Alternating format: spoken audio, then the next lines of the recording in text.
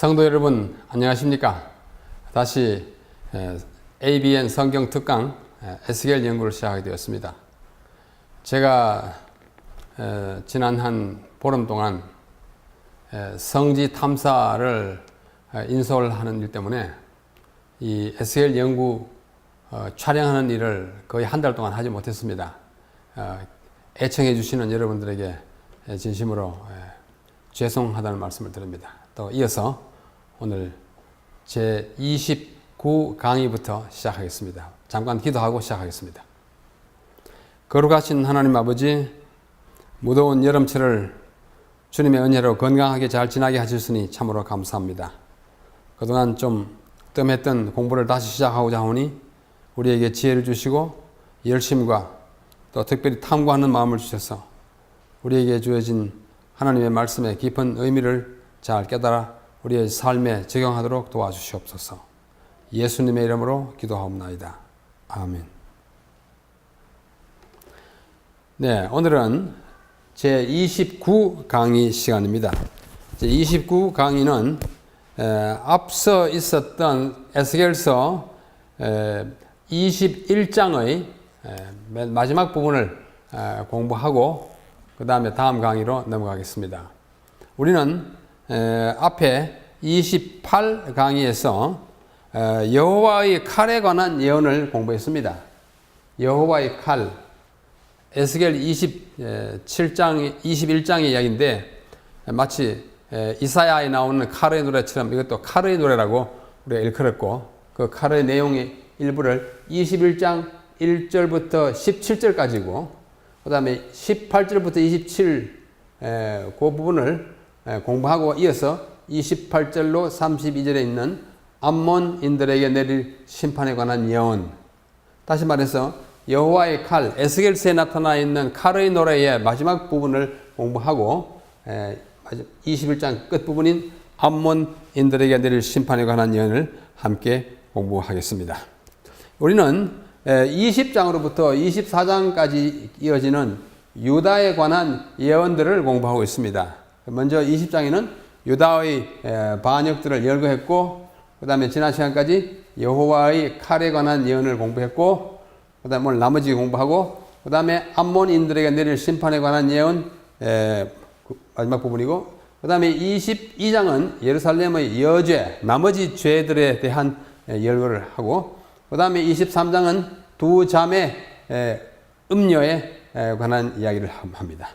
그 다음에 24장에는 삶은 가마에 관한 비유와 에스겔의 부인의 죽음에 관한 비유 이렇게 이어질 것입니다. 앞에서 본 것처럼 21장은 이 하얀 부분은 지난 28강의에서 했고 다시 말해서 여호와의 칼이 유다와 예루살렘을 향하여 뽑혔고 그 심판이 끝나기 전에는 칼집에 그 칼이 도로 꽂히지 않는 이야기를 공부했습니다. 그것은 심판이 이제는 돌이킬 수 없는 형편에 이르렀고 반드시 이루어져야 할 것을 우리에게 말해줍니다. 그 다음에 8절로 17절에는 칼에 관한 파괴가 네 국면으로 나타나는 것을 우리가 앞에서 바로 전 강의에서 보았습니다. 그 네 국면이 무엇인가 하니 첫 번째는 칼이 아주 잘 갈려져서 번쩍번쩍 마광된 칼의 말씀을 하고 있고 그 다음에 두 번째 국면은 에스겔을 보고 너는 부르짖으면서 네 넓적다리를 쳐라. 슬피 울며 통곡하는 모습입니다. 이걸 어떻게 하나? 넓적다리를 치는, 막 가슴을 치는 그런 일이었죠. 그 다음에 셋째 국면을 보면 세 번 거듭 이 칼을 보고 이제 말을 합니다. 그것은 철저히 이 칼이 징벌을 할 것을 이야기하고 마지막 네 번째 국면은 그 칼을 보고 다시 명령하기를 뭐 우향우 좌향좌 해가지고 항우를 맞춰가지고 칼 보고 나가라고 명령합니다. 칼이 마치 사람처럼 행동하도록 명령하는 네 국면으로 칼에 의한 그 파괴가 계속되는 것을 보았습니다. 오늘 21장의 마지막 부분들로 가는데요. 느부갓네살이 예루살렘을 공격할 길을 점치고 우상을 보고 간에게 물어서 결정하는 일을 오늘 공부합니다. 좀 이상하죠? 예루살렘을 공격할까 암만을 공격할까 하는 것을 느부갓네살이 점을 치거나 뭐 우상에게 묻거나 간을 통해서 물어보는 그런 일을 합니다. 먼저 성경 본문의 말씀 에스겔 21장 18절로 27절에 있는 말씀을 한번 봉독하겠습니다. 한번 읽도하겠습니다. 여호와의 말씀이 내게 임하여 가라사대 인자야, 하나님께서 에스겔을 부르실 때 항상 사용하시는 칭호 인자야 93번 쓰였다고 그랬죠? 너는 바벨론 왕의 칼이 올 두 길을 한 땅에서 나오도록 그리되 곧 성으로 들어가는 길 머리에다가 길이 나뉘는 지시표를 하여 칼이 암몬 족속의 랍바에 이르는 길과 유다의 견고한 성 예루살렘에 이르는 길을 그려라. 길을 이렇게 가다가 양쪽으로 갈라지는 그림을 그려라. 바벨론 왕이 갈렛길 곧 두 길 머리에 서서 점을 치되 어디로 공격할까? 점치게 합니다.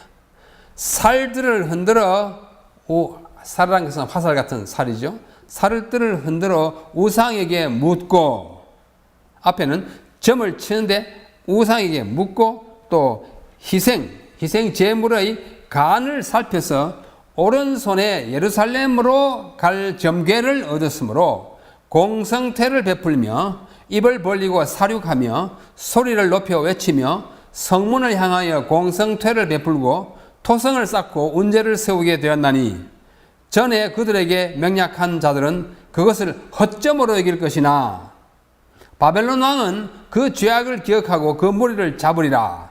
그러므로 나주 여호와가 말하노라. 너희의 악이 기억을 일으키며 너희의 건과가 드러나며 너희 모든 행위의 죄가 나타났도다. 너희가 기억된 바 되었은즉 그 손에 잡히리라. 너 국악하여 중상을 당할 이스라엘 왕아, 네 날이 이르렀나니 곧 죄악의 끝때니라. 나주 여호와가 말하노라. 관을, 머리에 쓰는 관요, 관을 제하며 면류관을 벗길지라. 그대로 두지 못하리니 낮은 자를 높이고 높은 자를 낮출 것이니라. 내가 엎드러뜨리려니와 이것도 다시 잊지 못하리라. 마땅히 얻을 자가 이르면 그에게 주리라. 본문이 좀 길지만은 굉장히 뭐랄까요, 아주 그 처참한 광경이 이제 막 일어날 것에 대한 아주 생생한 기록입니다. 먼저 그 18절 첫 구절에 보면은 인자야 너는 바벨론 왕의 칼이 올 두 길을 한 땅에서 나오도록 그리라. 이제 본문을 읽었기 때문에 중요한 부분을 해석해 나가는 참입니다. 이 말은 느부갓네살이 쳐들어올 수 있는 두 개의 그리게 하신 것입니다. 그래서 하나는 암몬 자손들이 사는 랍바, 하나는 예루살렘 성, 이렇게 갈라지는 어디로 갈까 점치게 했어요. 여기 암몬 자손들이 사는 랍바에 가게 합니다. 랍바는 구약시대의 이름이고 신약시대에는 이 도시를 필라델피아라고 했습니다. 필라델피아라고 하는 지명은 여러 곳에 있습니다. 여러분들께서 아시는 바대로 요한계시록 2장에 나오는 7 교회에 대한 이야기 있지 않습니까? 2장과 3장에 에베소, 스무나, 버가모, 두아디라, 사데, 필라델피아, 라오디게아, 그때 6번째 교회가 필라델피아 같은 이름이에요. 그것은 오늘날의 터키인 소아시아에 있습니다. 제가 바로 지난달에 6월달에 있었던 성지 탐사를 통하여 우리 여러 목사님들과 성도님들을 모시고 이 7 교회 지역을 탐방하고 왔습니다. 옛날 모습 그대로 있지는 않지만은 역사적인 유물들이 많이 있는 그 7 교회, 그 유명한 교회들의 유적들을 탐방하고 왔습니다. 앞으로 아직도 성지 탐사를 하실 분들이 많이 있겠습니다만은 현장을 한 번씩 밟아서 그곳에 우리 손을 대보고 거기서 성경 말씀을 읽는 것은 우리에게 굉장히 큰 감동과 또 성경에 대한 더 가까운 이해를 가지게 됩니다. 자, 그건 그 필라델피아이고, 이 필라델피아는 오늘날의 요르단 제국에 있는 것이에요. 오늘날은 암만, 요르단 제국이 아니라 요르단 왕국의 수도가 암만이고, 신약 시대 이름은 필라델피아이고 구약 시대 이름은 랍바입니다. 랍바를 기억하시지 않습니까? 다윗이 바세바라고 하는 그 여인을 자기 손에 넣기 위하여 그의 남편인 우리아를 랍바 전쟁터에 내보내가지고 고의로 전사시킵니다. 그 전쟁터가 바로 랍바입니다. 랍바라는 말은 많다라는 뜻이에요. 뭐가 많으냐? 물이 많다고요. 그래서 도시가 형성됐습니다. 근데 그 랍바로 느부갓네살이 쳐들어갈까? 아니면 요단강 건너에 있는 예루살렘으로 들어갈까? 오늘날 말하면은 요르단의 수도를 침공할까? 이스라엘의 수도를 침공할까? 놓고 점치게 했습니다. 자, 그 다음 보십시오. 바벨론 왕이 갈래길 그 두 길 머리에 서서 점을 치되 살뜰을 가지고 막 흔들어가지고 우상에게 묻습니다. 이렇게 해가지고 어디로 갈까? 물어가지고 뭐 이렇게 튀어나오는 쪽에. 또 희생의 간을 살펴서 동물을 잡아서 희생 제물로 드렸는데 그 간을 빼가지고 간에 뭐 오른쪽에 무슨 표가 있으면 오른쪽으로 택하라. 왼쪽에 표가 있으면 왼쪽에 택하라. 그런 식의 아주 이상한 점을 쳤습니다. 살펴서 오른손에 예루살렘으로 갈 점괘를 얻었다. 그때 오른쪽에 예루살렘, 왼쪽에 랍바 이렇게 쥐고서 점을 치는데 아마 그 점괘가 오른쪽에 나온 것 같습니다. 그래서 오른쪽을 택해가지고 예루살렘을 침공하게 됐다 이거예요. 느부갓네살이 세 종류의 점을 통하여 공격의 방향을 선택하려 합니다. 첫째는 화살을 흔들어서 떨어뜨림으로 방향을 정했습니다. 화살을 이렇게 흔들어 뚝 떨어지면 오른쪽에 떨어지면 오른쪽, 왼쪽에 떨어지면 랍바 이런 식으로 했어요. 그런 점을 뭐라고 그러냐면은 몰로만시라고 합니다. 영어로 몰로만시 또는 멜로만시 이렇게 말합니다. 영어 책을 보시다가 만시가 나오면 이게 다 점을 가리킵니다. 점친다는 말에서 어원된 것입니다. 자, 이따 또 보겠습니다. 또 우상, 여기서 말하는 우상은 드라빔입니다. 성경 히브리어 원문에는 우상 그런데 우상은 드라빔을 가지고 점을 치게 했던 것입니다. 드라빔에게 물었습니다. 이 드라빔을 여기서는 그냥 우상이라고 번역했는데 드라빔이라고 했으면 더 확실할 뻔했습니다. 드라빔은 집집마다 가지고 있던 자기들이 섬기는 가속신이었어요. 집안에 속한 신이었어요. 여러분이 기억하지 않습니까? 창세기 31장에 보면은 라헬이 아버지 라반의 드라빔을 훔쳐가지고 말 안장 밑에 넣어가지고 막 가다가 나중에 그 아버지가 친정 아버지가 보니까 드라빔 자기 집에 신이 없었으니까 막 찾으러 라헬에게 뒤쫓아가지고 야 너 그거 가져가지 않았냐 하니까 안 가져갔다 거짓말하죠. 그래서 안장 밑에 깔고 앉았어요. 야 너 이런 내려와봐라. 저는 지금 월경 중이라 일어나지 못합니다. 이렇게 능청스럽게 이렇게 떼어붙이는 일이 34절 35절에 나타났어요. 그때 이 라헬이 그걸 가지고 간 것은 그걸 소중하게 여기서 그것을 가지고 다니면은 뭔가 큰 복이 올 것이 행운이 올 것이라는 막연한 기대 때문인데 그게 다 우상인 것입니다. 그 드라빔에게 딱 물어가지고 이리 갈까 저리 갈까 이제 물었다고 하는 것입니다. 이 사람 모양의 작은 조각상으로서 각 가정에 모셔두는 일종의 신주 단지 같은 것이었어요. 참 당시에 목매한 시절에 자기들이 섬기고 있던 것입니다. 그 다음에 세 번째는 희생제물의 간을 살펴보는 것입니다. 간점이라고 했어요. 희생제물 탁 넣는데 간이 펄떡펄떡 이제 보이지 않겠습니까? 그것이 한쪽이 더 크다든지 한쪽으로 향해 있다든지 하면 그쪽을 가지고 이제 방향을 잡는 것이었어요. 그것을 바벨론에서 들어온 풍습인데 그것을 헤파토스코피라고 합니다. 양의 간이 발견된 예가 있습니다. 그것은 점을 치던 것으로 보입니다. 자, 이러한 이 점의 종류가 옛날이나 지금이나 참 많아요. 이거 한번 보십시오. 영어로 divination 점 치는 거예요. fortune telling 점 치는 거예요. prognostication 미리 예단하는 거예요. 다 점이에요.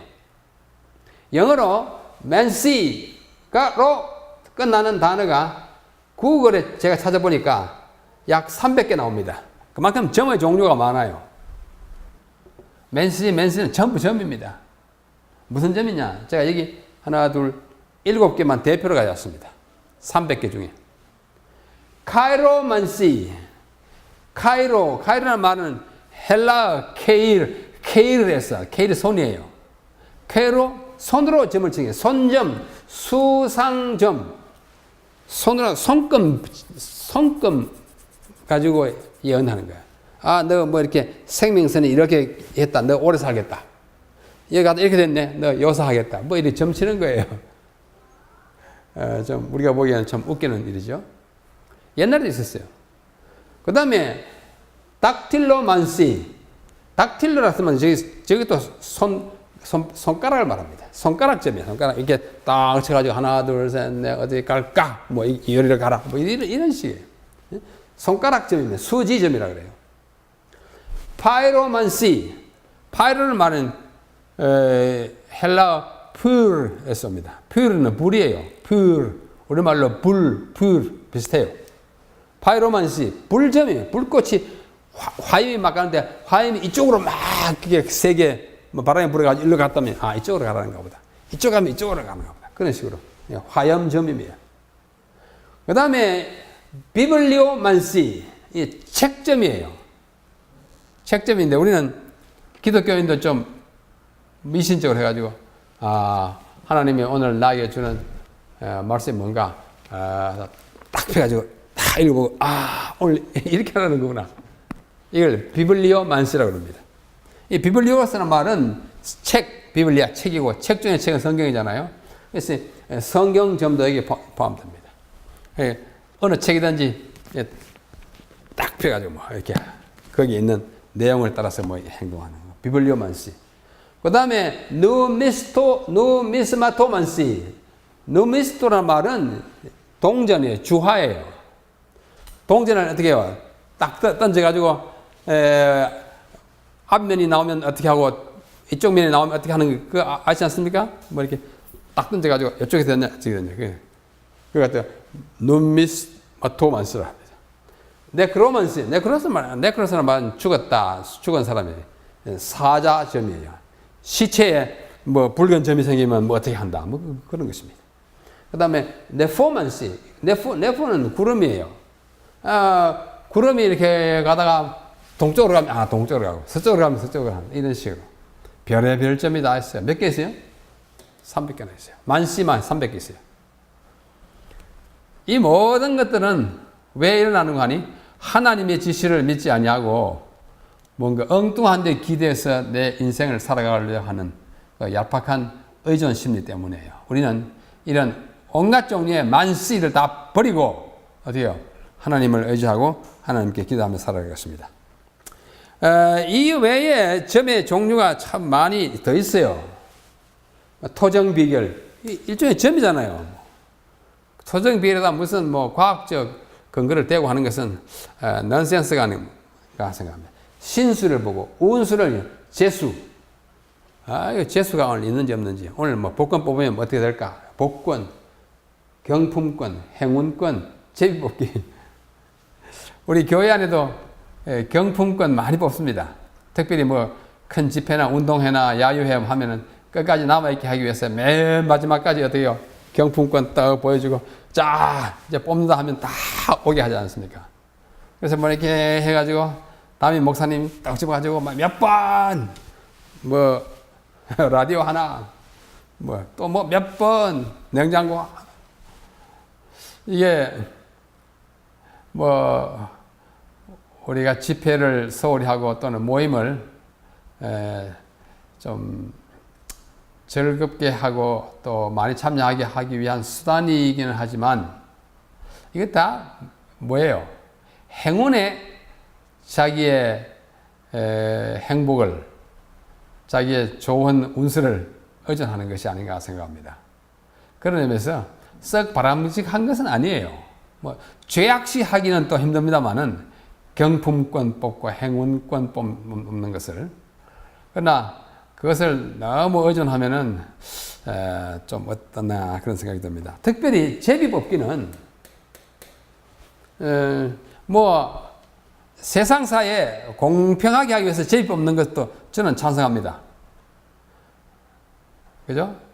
많은 경쟁자들이 많을 때, 자, 오늘 여기에서 무슨 일을 하려고 하는데 누가 할까? 저요! 막 30명이 모였다. 그거 다 못 시키잖아요. 자, 그러면 공평하게 하기 위해서 제비 뽑자. 그러면 좋아요.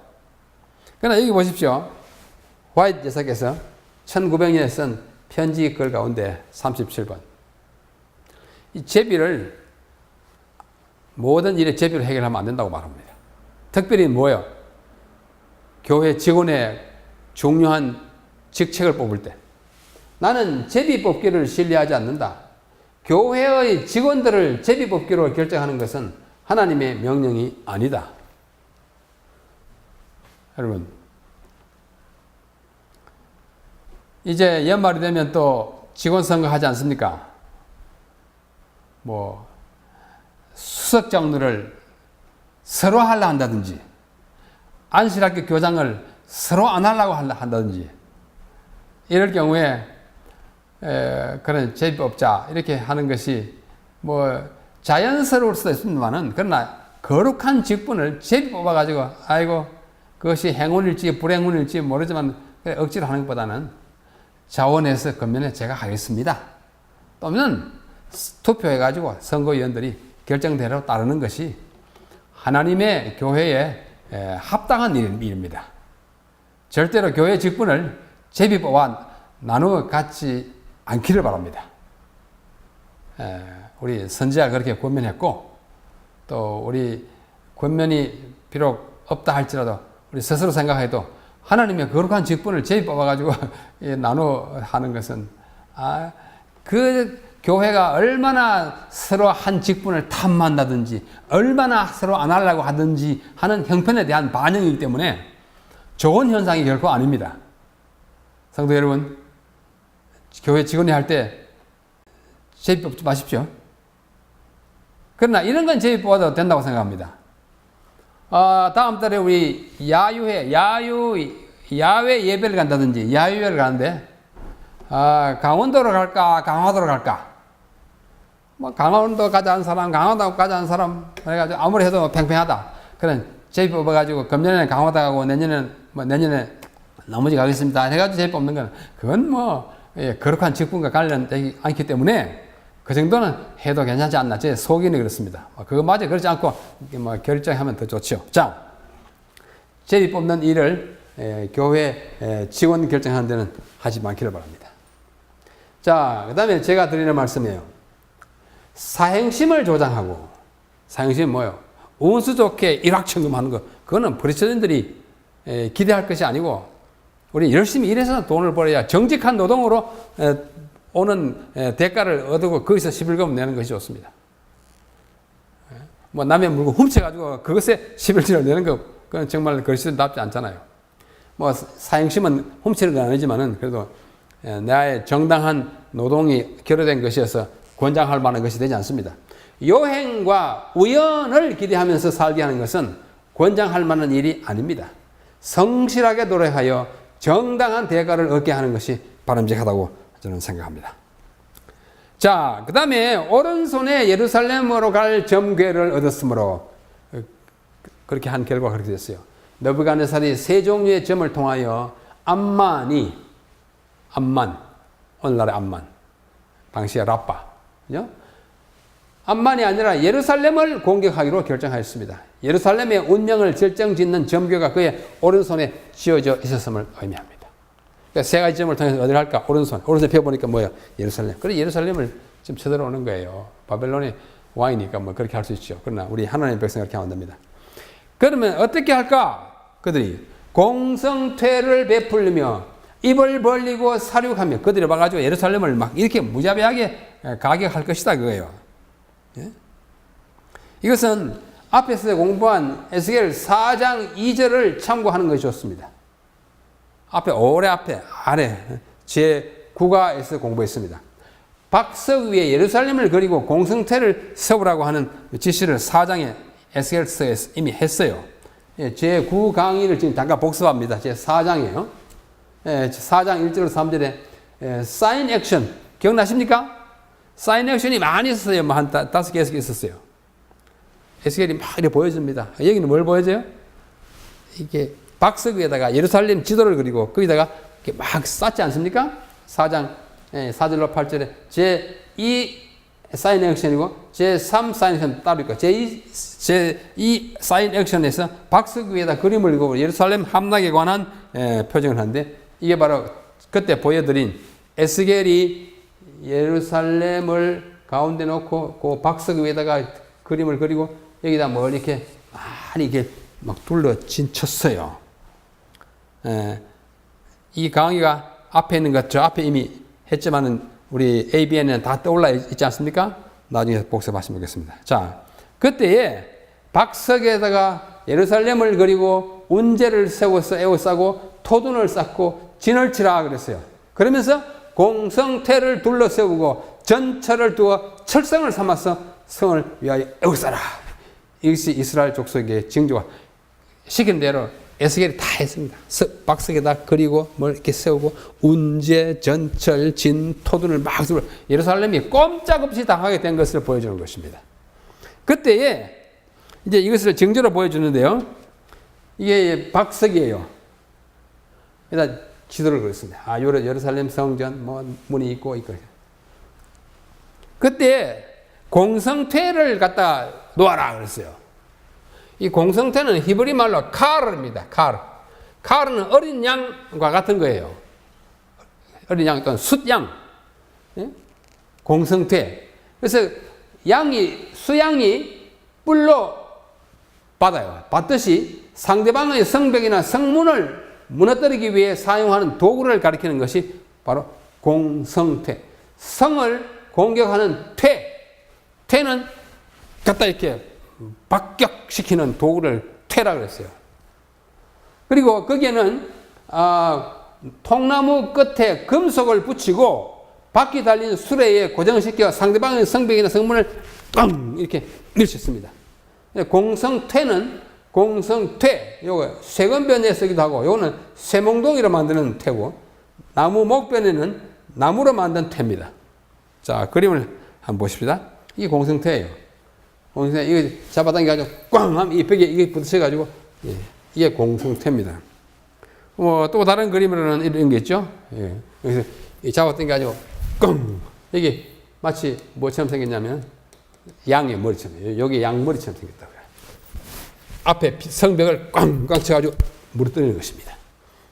앞에서 보았어요? 지금 보고 있지 않습니까? 이제 성벽이고, 이 수양처럼 생겼죠? 이걸 여러 병사들이 당겼다가 치고, 여기는 또 뾰족한 걸로 해가지고 쳐가지고 벽이 갈라져서 문에서 들어가게 하는. 바벨론에 들어와서 예루살렘을 그렇게 다 망가뜨려 놓겠다고 하는 것입니다. 굉장히 무서운 기계예요. 자, 이게 또 하나. 양머리처럼 생겼죠? 저쪽으로 당겼다가 이것이 꽝 갖다 박아서 성벽을 무너뜨리게 하는 것입니다. 이게 이제 마사다인데요. 마사다에 이들이 어떻게 이 성벽을 무너뜨렸는지를 보여주는 장면입니다. 이것과 이것이 다 공성퇴입니다. 공성퇴. 자, 다시 21장으로 돌아옵니다. 전에 그들에게 맹약한 자들은 그것을 허점으로 여길 것이나, 바벨론과 화친하기 위해서 맹약한 사람들은 이 점 아무 쳐봤자 뭐 그들이 우리를 어떻게 할 거야? 뭐 그렇게 허점으로 생각할 것이나, 바벨론 왕은 그 죄악을 기억하고 그 무리를 잡으리라.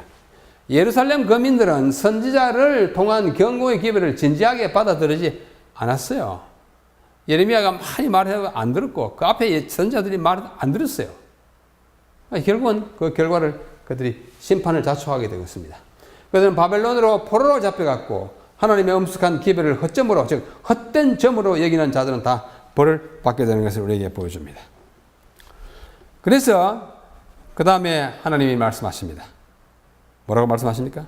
그러므로 나 주 여호와가 말하노라, 너희의 악이 기억을 일으키며, 악이 다 회상되고, 너희의 건과 허물과 과오가 드러날 것이고, 또 모든 행위에 죄가 나타났도다.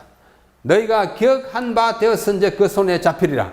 그 말은 너희의 모든 죄악이 다 기억되고 하나님이 기억나게 하시고, 그것으로 말미암아 나 과거의 죄가 다 잊혀졌으니 안 된다 그거예요. 그래서 이 악건과 죄는 그들의 모든 죄악을 통틀어서 말하기 위하여 세 번 다른 단어를 통해서 대구법적으로 말하는 것입니다. 비슷하거나 같은 용어를 반복함으로써 그것을 총괄하는 모습을 보였습니다. 너 극악하여 중상을 당할 이스라엘 왕아. 제가 여기 뭐 히브리 말도 좀 써놓고 그 히브리 말 읽는 방법도 있습니다만 여기에 이제 워 아타 할랄, 워 아타 할랄, 그다음에 라샤 너시 이스라엘 그런 말이에요. 이 뜻이 뭐냐면 이 악한 왕은 시드기야인데 이 악한 왕 너 극악하고 wicked. 그다음에 프로페인은 중상을 당하니라고 했는데 뭐 아주 극악하다는 말로 번역한 것이 더 일반적입니다. 여기 여러 가지 번역했는데 하여튼 너 나쁜 왕 시드기야 내가 마침내 벌을 받게 될 것이다 이런 뜻으로 말씀합니다. 내 날이 이르렀나니 곧 죄악의 끝되리라. 시드기야와 그 왕국이 유다 왕국이 종말에 이르는 것을 말합니다. 여호와가 말하노라 관을 제하고 멸관을 벗길지라. 관, 왕관, 멸관관 관. 이것도 관을 제하는 거나 멸관을 벗는 거 같은 말인데 이걸 뭐라고 그래요? 2513 hen, 다이아드 두 가지 단어를 써가지고 다 뜻을 더 포괄적으로 하는 거예요. 자비롭고 은혜롭고 뭐 그런 것 같은 거죠. 은근키와 뭐 가시 뭐 이런 게. 그래서 시드기야가 왕권이 박탈당할 것을 선언하고 있습니다. 그대로 두지 못하니 낮은 자를 높이고 높은 자를 그러니까 온 사회 질서가 뒤죽박죽이 돼가지고 다 망하게 될 것이라는 사실을 우리에게 보여줍니다.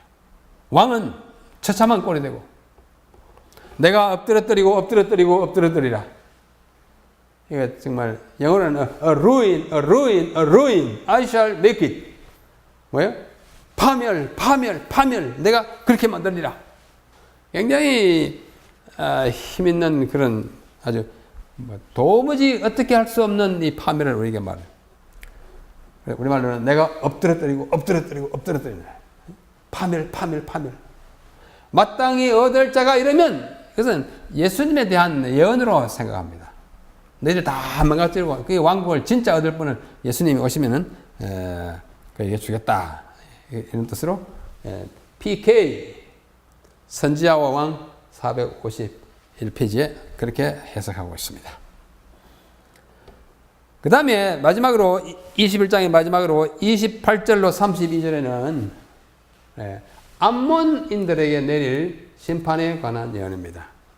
아까 암몬은 피했죠? 암몬 그러니까 암만과 예루살렘 중에서 해가지고 예루살렘으로 들어갈 것이라고 하고 그렇다고 암몬이 위기를 모면할 것인가 조금 지체될지라도 그들의 멸망도 형벌도 여기 예언되는 것입니다. 인자야 주 여호와께서 암몬 족속과 그 능력에 대하여 말씀하셨다고 너는 예언하라. 너는 이르기를 칼이 뽑히도다 사륙하며 멸절하며 번개같이 되기 위하여 마강되었도다. 네게 대하여 허무한 것을 보며 네게 대하여 거짓 복수를 하는 자가 너를 중상을 당한 악인의 목 위에 두리니 이는 그의 날 곧 죄악의 끝때가 이르렀습니다. 그러나 칼을 그 집에 꽂을지어다. 네가 지음을 받은 곳에서 너의 생장한 땅에서 내가 너를 국문하리로다. 내가 내 분노를 네게 쏟으며 내 진노의 불을 네게 불고 또 너를 짐승 같은 자 곧 멸하기에 익숙한 자 손에 붙이리로다. 네가 불의 섭과 같이 될 것이며 내 피가 나라 가운데 있을 것이며 내가 다시 기억되지 못할 것이니 나 여호와가 말하였음이라 하라. 예루살렘에 대한 심판의 예언도 굉장히 엄숙하고 너무너무 참 무서웠지만은 암몬에 대한 예언도 결코 뭐 호락호락한 것이 아니에요. 자, 암몬 족속이 누구예요? 암몬은 소돔과 고모라가 멸망할 당시에 창세기 19장이죠. 롯과 두 딸이 이제 그 멸망을 피해가지고 산으로 도망을 갔습니다. 그때 그 두 딸이 아주 나쁜 짓을 하지 않습니까? 온 세상이 다 불로 다 타고 없으니까 이 세상에 인구가 사람이 완전히 멸절되는 줄 알고 어떻게 하세요? 이러다가 우리는 우리의 그 보이프렌드, 그 사위 될 사람들은 그게 못 나가서 죽었어요. 이제 아버지하고 우리 둘뿐이니 우리 아버지가 술을 마셔가지고 우리가 아버지로 말미암아 이 세상에 사람을 낳자 해가지고 이 나쁜 딸들이 왜 이런 짓을 했냐면 그들이 소돔에서 살 때 이웃집에서 그렇게 하는 거 많이 봤어요. 그래서 아버지로 술 마셔놓고 아버지와 동침해가지고 각각 아이를 하나씩 뺐습니다. 이런 악독한 짓을 했어요. 창세기 19장 30절로 38절에 보면. 그런데 이 롯과 그 두 딸 중에 작은 딸 사이에 태어난 아들이 벤암미입니다. 이 벤암미의 후손이 암몬족이에요. 그 다음에 이 롯과 큰 딸 사이에 난 아이가 이름이 모압입니다. 모압은 큰 딸 아이고, 암몬은 작은 딸의 후손이에요. 이 라빠가 오늘날의 암만, 신약시대에 뭐라고 그러죠? 필라델피아. 여기 오늘날 수도예요. 여기 요단강이고 이쪽 이스라엘 유다인데 요 암몬 족속에 대하여 이야기하고 있는 것입니다. 모압과 암몬은 부도덕한 관계로 딸과 아버지의 그 근친 뭐랄까 결혼도 아니고 하여튼 그 근친 상간에서 난 아이들인데 이 아들들의 후손은 하나님의 백성 이스라엘의 불구대천지 원수였어요. 뭐 한자는 어렵지만 더 자주 쓰는 말이죠. 불구대천지 원수. 다시 말해서 구란 말은 함께, 대천 하늘을 이고 살지 못할 원수. 저 친구하고 나는 불구대천지와 하늘나라에 같이 하늘을 이루고 살 수 없다. 너 죽든지 내 죽든지 해야 할 원수다 이 말입니다. 그런데 이 두 민족이요 올라가면 아브라함의 후손인데 굉장히 나쁜 짓을 많이 했습니다.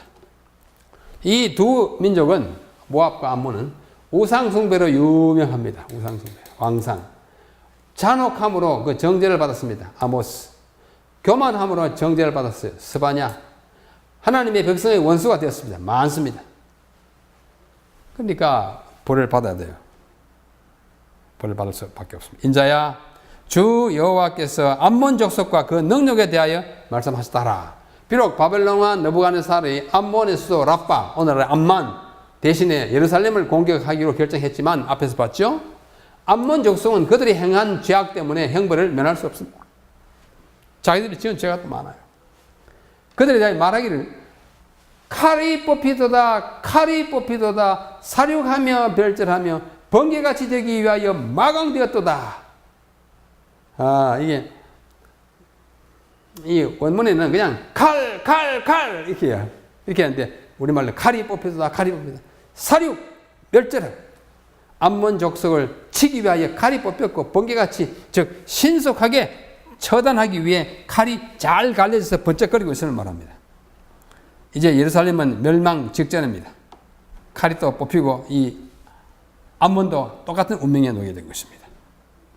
내게 대하여 험한 것을 보며, 이 본다는 말이 우리말로 하자인데, 하자는 선지자를 가리킬 때 하존의 원 동사예요. 그러므로 봤다는 말은 여기서 이 선지자와 선견자를 말하는 것이므로 암몬 점쟁이들이 하는 봤다고 하는 그 선지자적 역할을 한다고 하는 그것을 암시하고 있습니다.